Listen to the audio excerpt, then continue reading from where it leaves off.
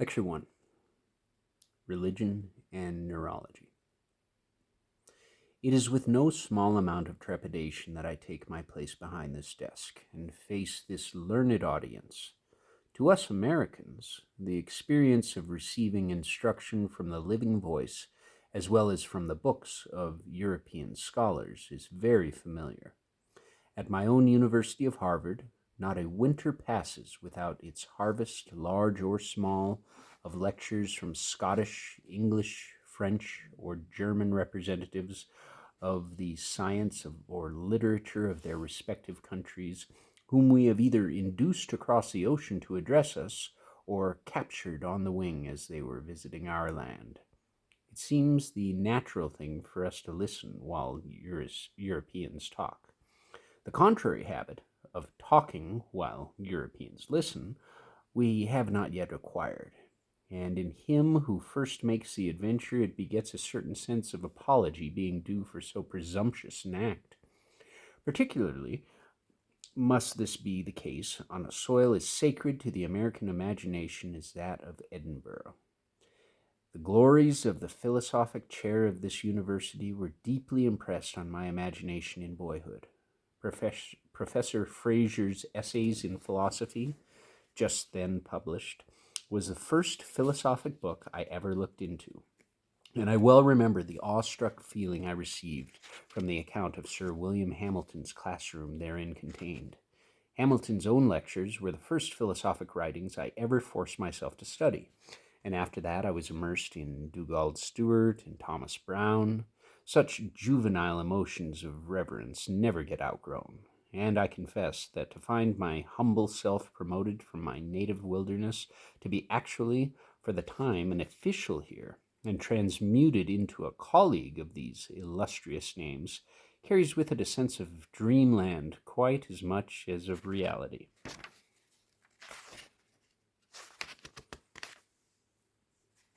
But since I have received the honor of this appointment, I have felt that it would never do to decline. The academic career also has its heroic obligations, so I stand here without further deprecatory words. Let me say only this, that now that the current, here and at Aberdeen, has begun to run from west to east, I hope it may continue to do so. As the years go by, I hope that many of my countrymen may be asked to lecture in the Scottish universities, changing places with Scotsmen lecturing in the United States. I hope that our people may become, in all these higher matters, even as one people, and that the peculiar philosophical temperament, as well as the peculiar political temperament that goes with our English speech, may more and more pervade and influence the world. As regards the manner in which I shall have to administer this lectureship, I am neither a theologian nor a scholar learned in the history of religions, nor an anthropologist.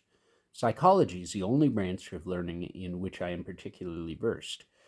To the psychologist, the religious propensities of man must be at least as interesting as any other of the facts pertaining to his mental constitution. It would seem, therefore, that as a psychologist, the natural thing for me would be to invite you to a descriptive survey of those religious propensities. If the inquiry be psychological, not religious institutions, but rather religious feelings and religious impulses must be its subject, and I must confine myself to those more developed subjective phenomena recorded in literature, produced by articulate and fully self-conscious men, in works of piety and autobiography. Interesting as the origins and early stages of a subject always are, yet when one seeks earnestly for its full significance, one must always look to its more completely evolved and perfect forms.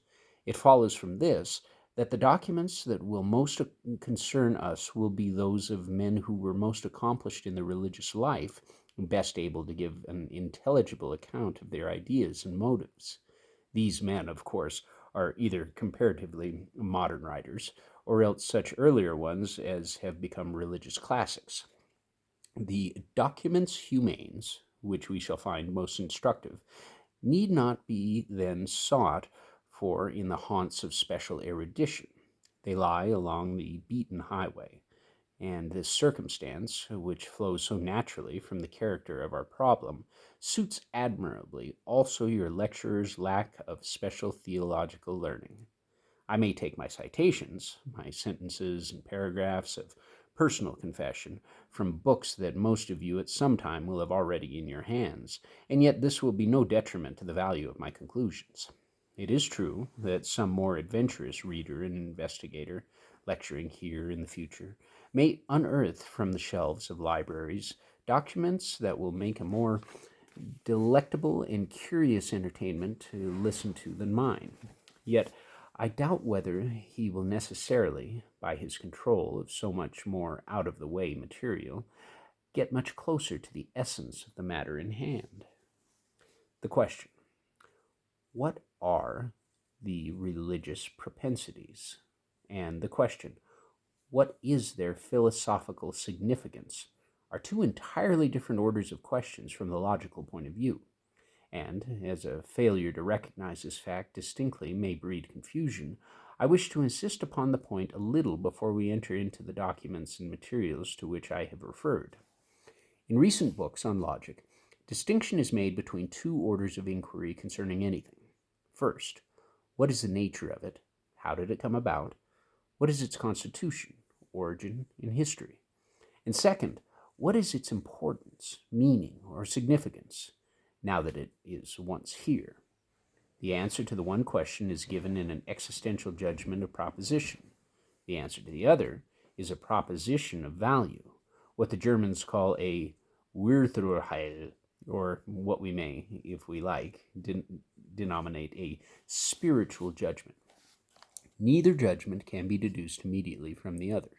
They proceed from diverse intellectual preoccupations, and the mind combines them only by making them first separately, then adding them together. In the matter of religions, it is particularly easy to distinguish the two orders of the question. Every religious phenomenon has its history and its derivation from natural antecedents. What is nowadays called the higher criticism of the Bible is only a study of the Bible from this existential point of view, neglected too much by the earlier church. Under just what biographic conditions did the sacred writers bring forth their various contributions to the holy volume, and what had they exactly in their several individual minds when they delivered their utterances? These are manifestly questions of historical fact, and one does not see how the answer to them can decide offhand the still further question: of what use should such a volume, with its manner of coming into existence so defined, be to us as a guide to life and a revelation? To answer this other question, we must have already in our minds some sort of a general theory as to what the peculiarities in a thing should be which give it value for purpose of revelation. And this theory itself would be what I just called a spiritual judgment. Combining it with our existential judgment, we might indeed deduce another spiritual judgment as to the Bible's worth. Thus, if our theory of revelation value were to affirm that any book, to possess it, must have been composed automatically or not by the free caprice of the writer, or that it must exhibit no scientific or historical errors or express no local or personal passions, the Bible would probably fare ill at our hands. But if, on the other hand, our theory should allow that a book may well be a revelation in spite of errors and passions and deliberate human composition, if only it be a true record of the inner experience of great-souled persons wrestling with the crises of their fate, then the verdict would be much more favorable. You see that the existential facts by themselves are insufficient for determining the value, and the best adepts of the higher criticism accordingly never confound the existential with the spiritual problem. With the same conclusions of fact before them, some take one view and some take another, but the Bible's value as a revelation, according as their spiritual judgments as to the foundations of their value, differs.